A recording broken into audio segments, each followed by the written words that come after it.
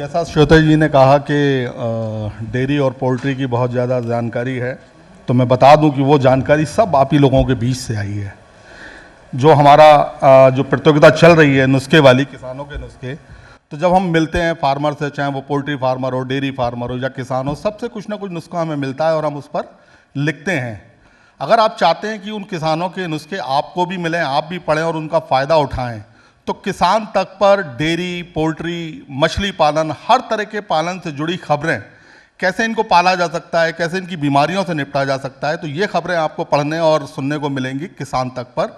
इसके लिए आप किसान तक वेबसाइट पर जा सकते हैं, फेसबुक पेज है उसका, उस पर भी आप जा सकते हैं। और हमारे नंबर, ईमेल आईडी हमेशा सार्वजनिक रहते हैं और हमेशा हम बात करने के लिए 24 घंटे तैयार हैं, कभी भी आप कॉल कीजिए। तो ये तो बात रही खबरों की। अब बात आती है, अगर किसानी की बात हो रही है तो आप पोल्ट्री को, डेयरी को, मछली पालन को, इसको अलग नहीं कर सकते।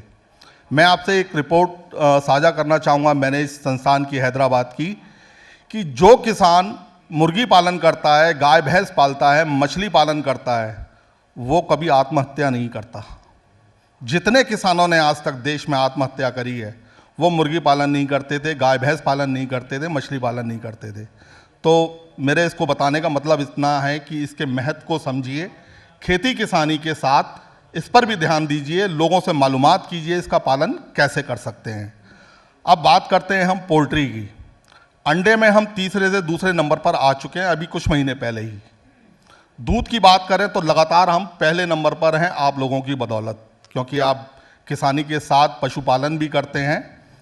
और मीट की बात करें तो 8वें से 5वें नंबर पर बहुत लंबी छलांग हमने लगाई है। रणपाल जी, ये जो नंबर है बड़े सम्मानजनक है। विश्व में हम दूसरे नंबर पर हैं अंडा उत्पादन में। क्या वजह है कि पोल्ट्री की जो ग्रोथ रेट है वो कम हुई है? परेशानी कहाँ आ रही है? सबको नमस्कार। सबसे पहले तो नासिर जी मैं बताऊंगा आपको कि पोल्ट्री में ग्रोथ मतलब कम नहीं हुआ है। हाँ, पोल्ट्री के लिए परेशानी जरूर पैदा हुई है पिछले कुछ समय से जी। तो ग्रोथ तो हम हर साल पिछले कई सालों से 7 से 8% की ग्रोथ से आगे बढ़ रहे हैं। लेकिन अब जो ये साल गया है, इसमें हमारे लिए जो सबसे बड़ी समस्या है फीड की कॉस्ट को लेकर, क्योंकि फीड की कॉस्ट बढ़ी है तो हमारी जो प्रोडक्शन कॉस्ट है चिकन की, अंडे की, वो बढ़ी है। तो उसकी वजह से हमारे को परेशानी आई है और आने वाले टाइम में अगर इस पर ध्यान नहीं दिया गया तो ये परेशानी हमारे लिए बहुत बड़ी समस्या पैदा कर सकती है। आज हम लोग आत्मनिर्भर हैं इस मामले में, बल्कि आत्मनिर्भर तो अभी हैं, लेकिन आने वाले टाइम में हमारे को प्रोटीन की बहुत ज़्यादा रिक्वायरमेंट है। अभी हमारे यहाँ लोगों का जो प्रोटीन के प्रति जागरूकता है वो बहुत कम है, और जैसे जैसे जागरूकता बढ़ेगी वैसे वैसे चिकन और अंडे का जो मांग है वो बढ़ेगी। क्योंकि आज दूध में भले ही हम नंबर 1 हैं, लेकिन फिर भी आज पर कैपिटा अगर दूध की वो देखा जाए तो वो बहुत कम है, और उससे हमारी जो शरीर की प्रोटीन की रिक्वायरमेंट है वो पूरी नहीं हो सकती।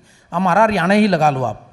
कभी हमारे यहाँ कहते थे कि वे हमारा हरियाणा दूध दही का खाना, तो आज हमारे यहाँ भी गांव में आपको भैंस नहीं मिलेंगी, हमारे वहाँ भी अब दूध की थैलियाँ जाने लगी हैं और बच्चे दूध पीना पसंद नहीं करते। तो आज प्रोटीन की रिक्वायरमेंट कहाँ से पूरी होगी? तो जो सबसे सस्ता और सबसे अच्छा प्रोटीन है तो वो अंडा है और चिकन है, और दूध तो है ही। मैं दूध को वो नहीं कर रहा हूँ, दूध तो है ही, लेकिन सबसे सस्ता जो प्रोटीन सोर्स है वो अंडा और चिकन है, दूध से भी सस्ता।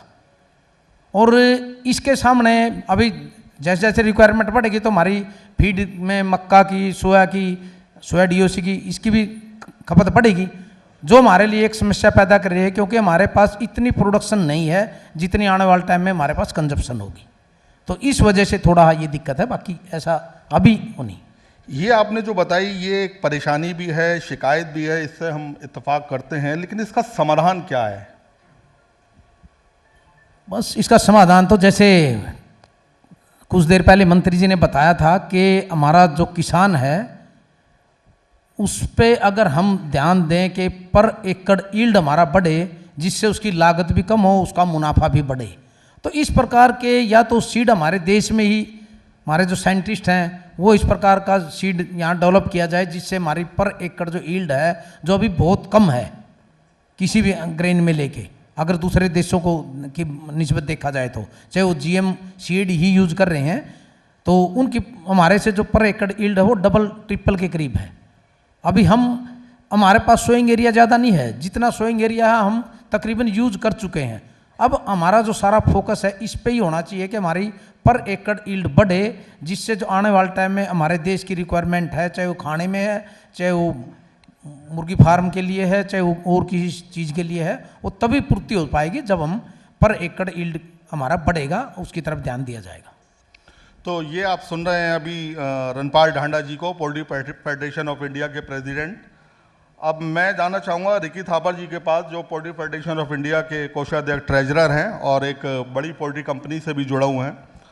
देखिए जी, जैसा रणपाल जी ने बताया कि जो पोल्ट्री अभी सामना कर रही है सबसे बड़ी परेशानी का, वो है फीड, और वो फीड का मामला जुड़ा हुआ है मक्का के साथ।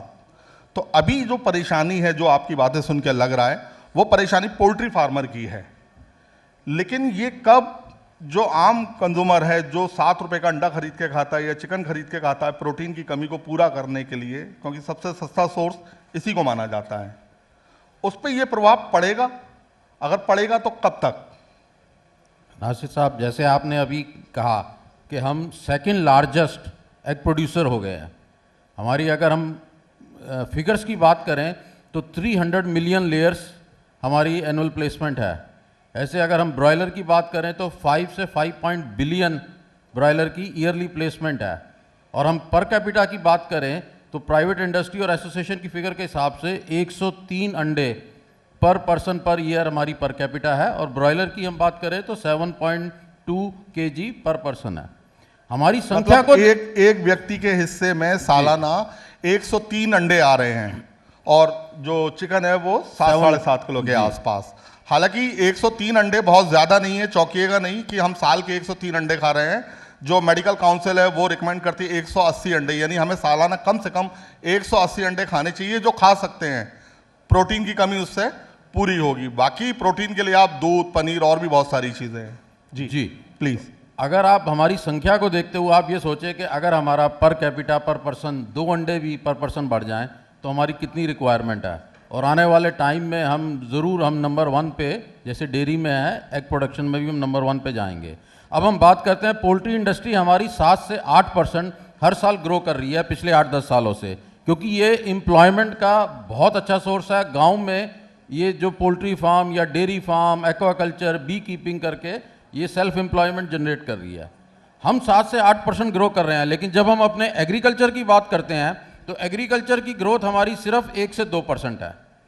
अब आने वाले टाइम में देखिए, जैसे आपका प्रश्न था, हाँ, आने वाले टाइम में जितनी हमें हमारा पोल्ट्री फीड जो है 65% कॉस्ट है पोल्ट्री फीड की, और उसमें मेनली मक्का और सोयाबीन मील होता है। मक्का एनर्जी सोर्स है, सोयाबीन मील प्रोटीन सोर्स है। तो आने वाले टाइम में अगर एग्रीकल्चर की ग्रोथ 2% है और पोल्ट्री इंडस्ट्री की 7 से 8% ग्रोथ है, तो आने वाले टाइम में हमें मक्का और सोयाबीन मील मिलना मुश्किल हो जाएगा। आज की बात करें, जैसे हमारे प्रेसिडेंट सर ने जब हमारे एग्रीकल्चर मिनिस्टर आए थे उनके सामने पॉइंट रखा कि पोल्ट्री इंडस्ट्री में भी एक क्राइसिस चल रहा है। मक्का जो पहले पोल्ट्री इंडस्ट्री, डेयरी और फीड इंडस्ट्री यूज़ करती थी, उसके बाद स्टार्च मिल वालों ने यूज़ किया, और अब 2 सालों से एथेनॉल इंडस्ट्री उसको यूज़ कर रही है। पहले एथेनॉल शुगर केन से बनता था, उसके बाद राइस से शुरू हुआ, फिर गवर्नमेंट ने कहा कि राइस स्टेपल फूड है, गवर्नमेंट ने 10% इंसेंटिव रख दिया एथेनॉल इंडस्ट्री के लिए जो मक्का से बनाएगा। तो जो राइस से एथेनॉल बन रहा था वो मक्का पे शिफ्ट हो गए, और हमारी मक्का की कॉस्ट बहुत ज़्यादा बढ़ गई। तो ये चैलेंजेस हैं।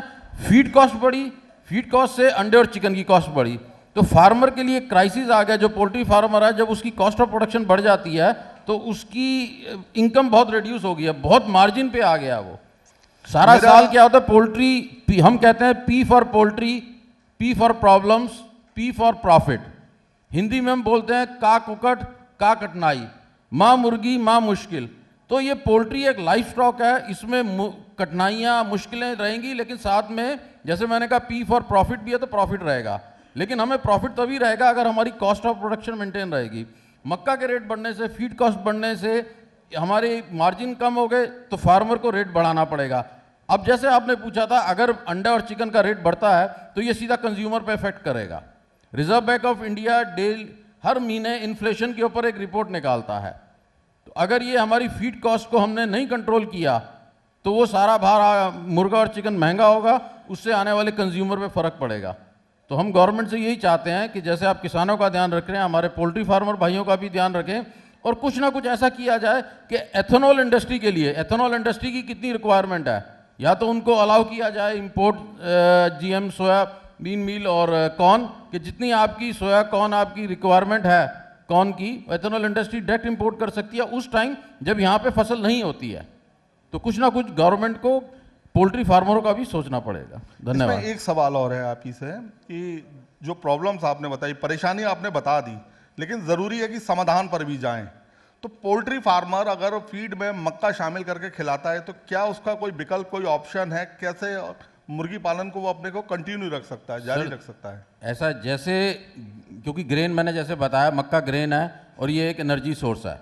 ग्रेन्स के अलावा हमारे पास बाजरा है, ब्रोकन राइस है, लेकिन सभी के रेट बढ़ गए ना। मक्का छोड़ के अगर वो बाजरा पे गए, बाजरा के रेट बढ़ गए, ब्रोकन राइस पे गए, उसके रेट बढ़ गए, तो अल्टीमेटली फीड की कॉस्ट बढ़ गई है। तो क्या इसका क्वालिटी पर भी कोई असर पड़ता है? बाजरा, चावल जो आपने बताया। नहीं, वो क्योंकि हमारे अब देश में न्यूट्रिशनिस्ट इतने पढ़े लिखे और ऐसी फार्मूलेशन बनाते हैं कि अमाइनो एसिड्स को बैलेंस किया जाता है, तो उसमें कोई फ़र्क नहीं पड़ता क्वालिटी पे, लेकिन उसकी कॉस्ट बढ़ जाती है। ऐसा कहा जाता है, जो एक्सपर्ट हैं पोल्ट्री के और जो साइंटिस्ट भी हैं, कि 7 रुपए का जो अंडा मिलता है उस 7 रुपए में किसी और दूसरी चीज़ से उतना प्रोटीन नहीं मिल सकता। इसलिए पोल्ट्री पर और अंडे पर जोर दिया जाता है और मुर्गी पालन पर भी जोर दिया जाता है कि इसका ज़्यादा से ज़्यादा पालन करें, क्योंकि युवाओं के लिए एक बड़ा सस्ता रोजगार का ये साधन है। अगर कोई मुर्गी पालन करना चाहता है तो 500 मुर्गी से, 1000 मुर्गी से ये मुर्गी पालन शुरू कर सकता है। श्री जी, अगला सवाल आपसे है, श्री निगम जी, जो एनिमल वेट फार्मा के एसोसिएशन के प्रेसिडेंट हैं।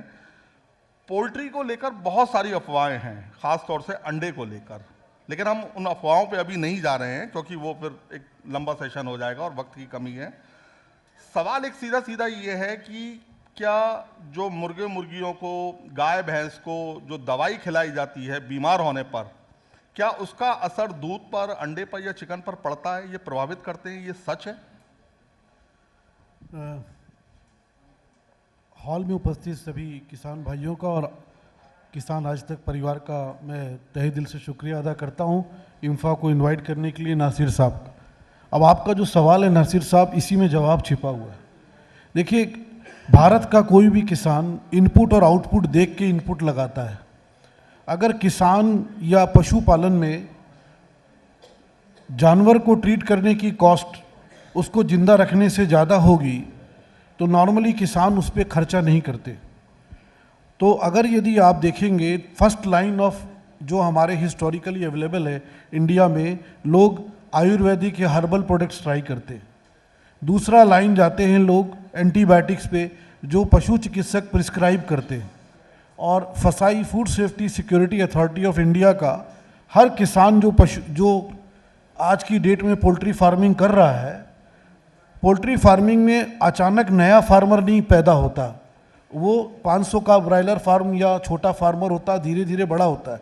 तो उसको इतनी नॉलेज मिलती है और इतनी समझ हो जाती है कि वो अपनी क्वालिटी को मेंटेन करने के लिए, क्योंकि उसको बाहर मार्केट में बेचना है, तो रेसिडुअल इफेक्ट जो होता है, एंटीबायोटिक अगर मैंने ट्रीट किया तो 7 दिन का या 5 दिन का विड्रॉल पीरियड उसका पालन करता है। दूसरी बात, अब जो नई टेक्नोलॉजी आई है, हमारे इंफा के कई मेंबर्स हैं जिनके पास में इस देश में भी और बाहर से आयातित भी ऐसी तकनीक हैं, जैसे रिकी जी ने बताया, प्रिसीशन न्यूट्रिशन। अगर देश में कोई भी 2 लोग अच्छा खाना खाते हैं प्रिसीशन न्यूट्रिशन, तो एक होते हैं देश के ओलंपियंस और दूसरे होते हैं मुर्गी। मैं बड़ी जिम्मेदारी से बोल रहा हूँ, हमारा जो खाना है वो अमीनो एसिड लेवल तक, डाइजेस्टेबल अमीनो एसिड लेवल तक तैयार किया जाता है। तो ये जो मिथ है ये कि अगर मुर्गा कोई पाल रहा है तो उसने उसको हार्मोन खिला दिया या एंटीबायोटिक खिला दिया या केमिकल पिला दिया। हर किसान अपनी भूमि को माँ समझता है और अपने पशुपालन को पशुधन समझता है। वो अपने पशुधन से अपनी आय से खिलवाड़ नहीं करता। ये मैं आपको बहुत जिम्मेदारी से बोल सकता हूँ। 30 वर्ष मैं भी गांव का हूँ, मध्य प्रदेश को बिलोंग करता हूँ। मेरे यहाँ भी परिवार में जो लोग खेती किसानी कर रहे हैं और जो आज पोल्ट्री फार्मर में बड़ी कंपनियाँ हैं, दोनों की वैल्यू सिस्टम सेम है, मतलब पशुधन मेरा धन है। निगम जी, फिर परेशानी कहाँ आ रही है? एक्सपोर्ट क्यों नहीं बढ़ पा रहा? क्योंकि ये कहा जा रहा है कि जब तक एक्सपोर्ट नहीं बढ़ेगा तो जो किसान है, चाहे वो मुर्गी पालक हो, गाय भैंस पालक हो, तो इनकी इनकम नहीं बढ़ेगी, क्योंकि प्रोडक्शन तो बढ़ रहा है, किसान उत्पादन बढ़ा रहा है, किसान अपनी तरफ से कोई कसर नहीं छोड़ रहा, पूरी मेहनत कर रहा है, उत्पादन बढ़ा रहा है, लेकिन वो बाजार में उसके अच्छे रेट नहीं मिल पा रहे। अच्छे रेट तभी मिलेंगे जब डिमांड ज़्यादा होगी, एक्सपोर्ट होगा बाहर के देशों में, और जो एक्सपोर्ट नहीं हो पा रहा उसके पीछे वजह यही आ रही है एएमआर जैसे दवाई वाली बात। देखिए, मैं थोड़ा स्पष्ट करना चाहूँगा, एएमआर एक्सपोर्ट ना होने की वजह नहीं है, बस जिम्मेदारी से बोल रहा हूँ। अभी 4 दिन पहले नीति आयोग और सेक्रेटरी अलका उपाध्याय जी ने मीटिंग बुलाई थी, उसमें वन हेल्थ को लेके, एएमआर को लेके इम्फा ने भी पक्ष रखा था। तो मैं किसान भाइयों और इस कक्ष में उपस्थित सभी को आज नासिर जी के माध्यम से बताना चाहता हूँ, इंडिया एक लिलीपुट लैंड है। लिलीपुट लैंड का मतलब यहाँ पर नंबर ऑफ किसान ज़्यादा हैं लेकिन साइज ऑफ किसानी छोटी है। आप अगर एक्सपोर्ट की बात करते हैं तो जो बाजू की कंट्रीज़ हैं, जैसे मिडिल ईस्ट ले लें आप, वहाँ पर ब्राज़ील से चिकन आ रहा है। चिकन की जो प्रोडक्शन कॉस्ट ब्राज़ील की है वो कम है, क्योंकि वहाँ पर मक्का सोयाबीन होता है, एक नैसर्गिक पैदावार है वहाँ की। जैसे हमारे यहाँ धान और गेहूँ नैसर्गिक पैदावार है, हर किसान गन्ना और गेहूँ ये करना जानता है, लेकिन मक्का सोयाबीन व्यवसाय के कारण बाद में अडॉप्ट किया गया है। तो हम एक स्टेप वहाँ पर पीछे हैं, बीजों के कारण, फील्ड की साइज़ के कारण, सिंचित भूमि के कारण और रेन पैटर्न के कारण। तो हमारा नासिर साहब, इंडिया का कॉस्ट जो है, इनपुट कॉस्ट ज़्यादा होने से आउटपुट कॉस्ट ज़्यादा है, इसलिए हम एक्सपोर्ट में कॉम्पिटिटिव नहीं है। ये कमर्शियल रीज़न है। दूसरा रीज़न है फाइटोसैनिटरी हर्डल्स। जो विकसित देश हैं उनकी जो मार्केट एक्सेस देने की जो क्षमता है, अभी आप आज के पेपर पढ़ेंगे कि ओमान ने इंडिया से अंडों का नमक्कल से आयात का परमिट आज निरस्त कर दिया। क्या रीजन रखा? अंडे की साइज को लेके, साइज और उसके वजन को लेकर। तो अब आप ये देखिए, पहले यही अंडा जा रहा था यही साइज का, तो ऐसा अचानक क्या हुआ? तो यहाँ पर सरकार का, मैं ये कहना चाहूँगा कि किसान भाइयों को ये डिमांड करना चाहिए अपने अपने सूबे में कि भाई आप एक ऐसा तंत्र बनाएं जो उनको नॉलेज दे एक्सपोर्ट मार्केट की। आज अगर यहाँ बच्चा बैठा है कोई, बहुत से प्रोग्रेसिव यंग बैठे हैं, अगर ये जानना चाहता है कि मैं आज से ओमान को एक्सपोर्ट करना चाहूँ तो अंडा कैसे मैं प्रक्रिया बनाऊँ, आज डे 1 से मैं कैसा फॉर्म बनाऊँ, ऐसी कोई नॉलेज एक्सटेंशन की सुविधा एक सिंगल विंडो में नहीं है, उसको 10 जगह जाके एकत्र करना पड़ेगा। तो हमारी जो प्रॉब्लम एक्सपोर्ट की जब ही सॉल्व होगी, पहली जब सरकार कुछ मदद दे किसानों को, फीड कॉस्ट को कम किया जाए और इंडस्ट्री को इंसेंटिव्स दिए जाएं, not only physical but training के इंसेंटिव्स, कनेक्टिंग द मार्केट। आज भारत सरकार का मेला लगता है, हर जगह पेविलियन लगता है, तो कभी भी हमारे पोल्ट्री फेडरेशन को जगह नहीं दी गई। हमारे अध्यक्ष जी बैठे हुए हैं, रणपाल जी, आप बताएंगे, तो आप हमको बूथ दीजिए, हम किसानों की बताएं कि हमारे किसान क्या, और इंडिया का जो भी अंडा है और जो भी चिकन है वो बेस्ट इन क्वालिटी है, मैं आपको इतना बोल सकता हूँ।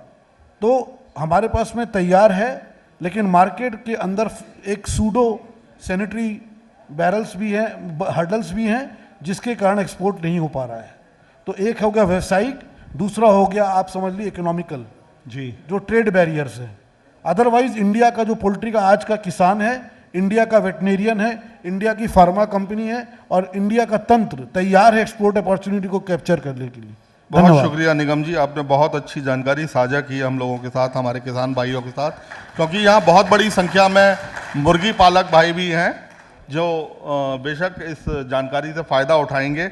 हमारे साथ डॉक्टर संतोष भी मौजूद हैं, जो वेट्स इंडिया यानी वेट्स एंड पोल्ट्री वीआईपी से हैं, सेक्रेटरी हैं उस संस्था के, और टेक्निकल पार्ट पर बहुत अच्छी जानकारी रखते हैं और ऐसे ही कुछ जानकारी हमारे साथ साझा करने वाले हैं। संतोष जी, जो एक पोल्ट्री प्रोडक्ट है, जैसे अंडा है, चिकन है, तो जब देश में बात होती है फूड सिक्योरिटी की, मॉल न्यूट्रिशंस की यानी कुपोषण की, प्रोटीन की कमी को लेकर एक बहुत जोर शोर से सरकार काम कर रही है कि कैसे इसकी कमी को दूर किया जाए।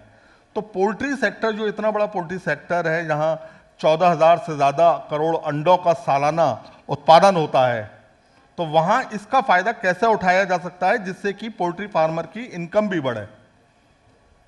नसीर जी थैंक यू, और मैं किसान तक को धन्यवाद बोलता हूँ कि विट्स इन पोल्ट्री वीआईपी को यहाँ इनवाइट किया।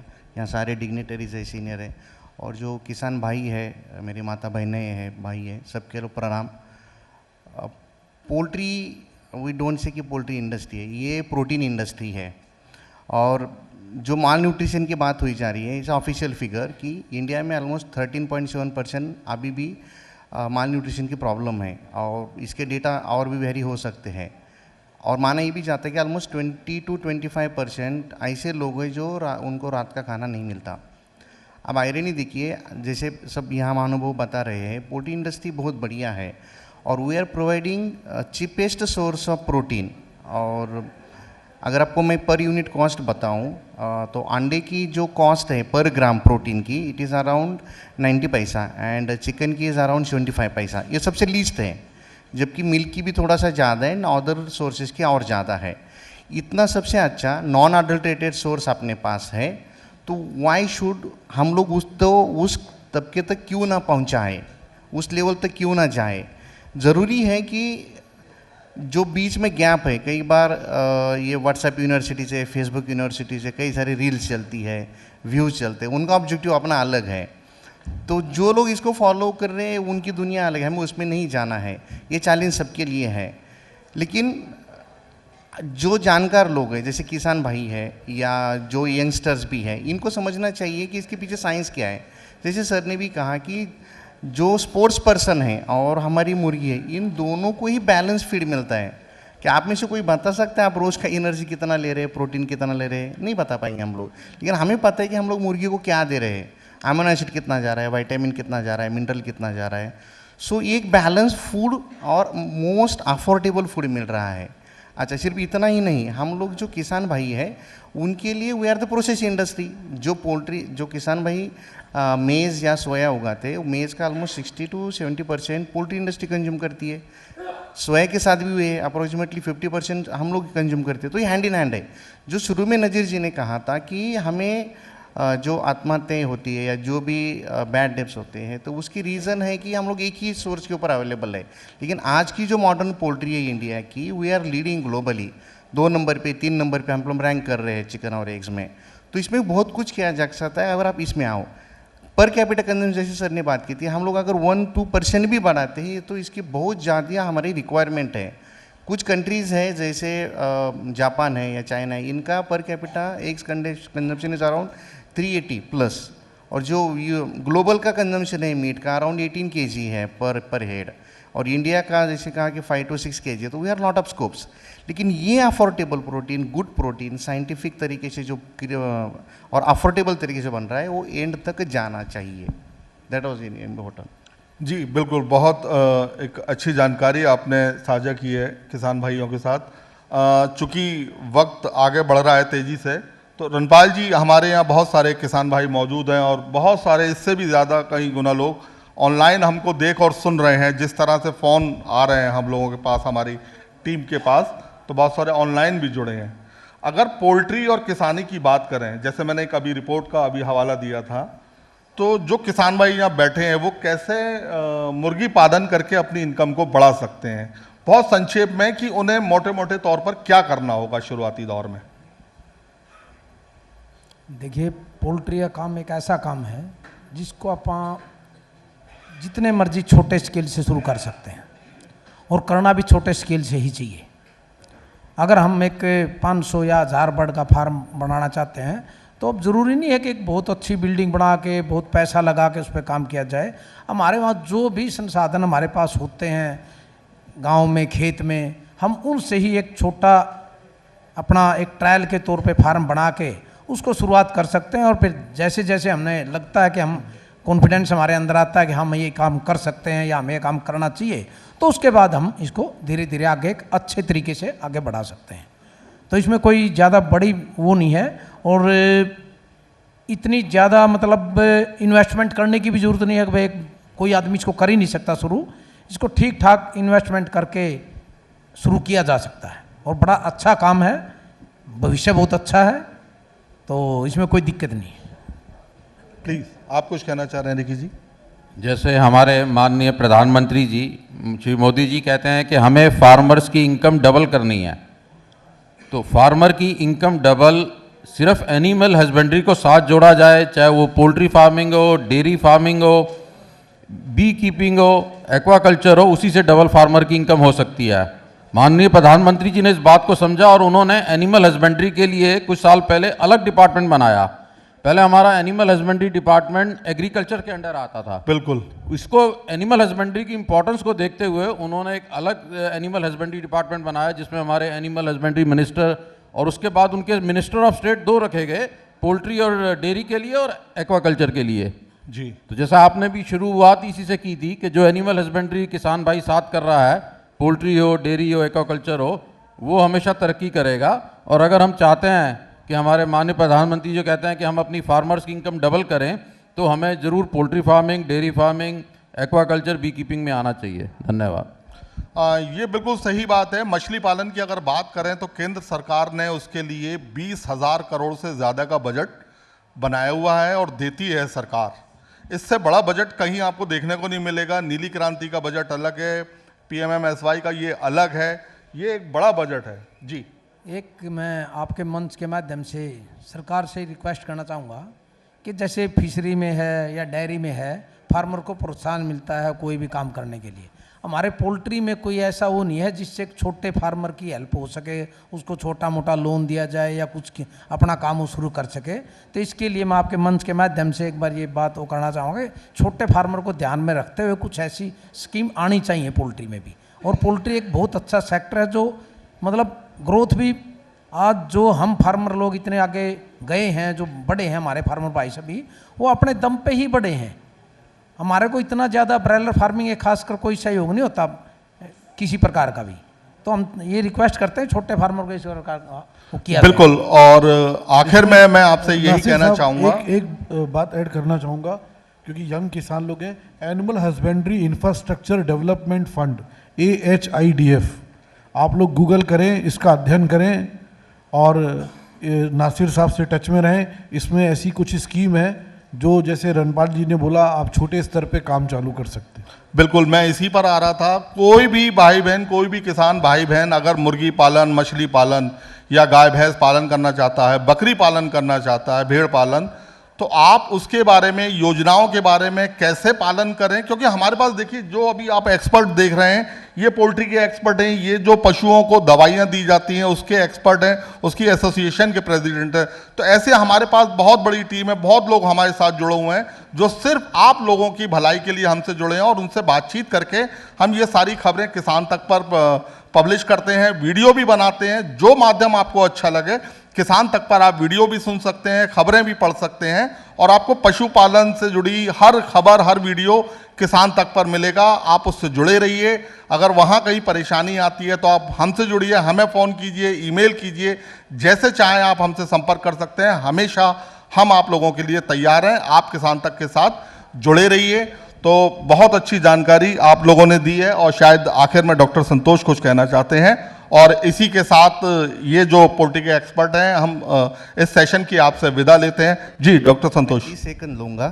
आपके माध्यम से मैं सरकार से और लोगों से भी अनुरोध करना चाहूँगा, जो भी मिस इन्फॉर्मेशन स्प्रेड हो जाती है उसके लिए कुछ स्ट्रिक्ट कानून होना चाहिए। अभी साइबर क्राइम है but that is not sufficient. तो कई सारे लोग गलत इन्फॉर्मेशन स्प्रेड करके निकल जाते हैं, तो उनके लिए कोई स्ट्रिक्ट कानून होना चाहिए। और जैसे डेयरी के लिए NDDB है, वैसे पोल्ट्री के लिए भी एक सेंट्रल बोर्ड होना चाहिए, एक आवाज़ होनी चाहिए।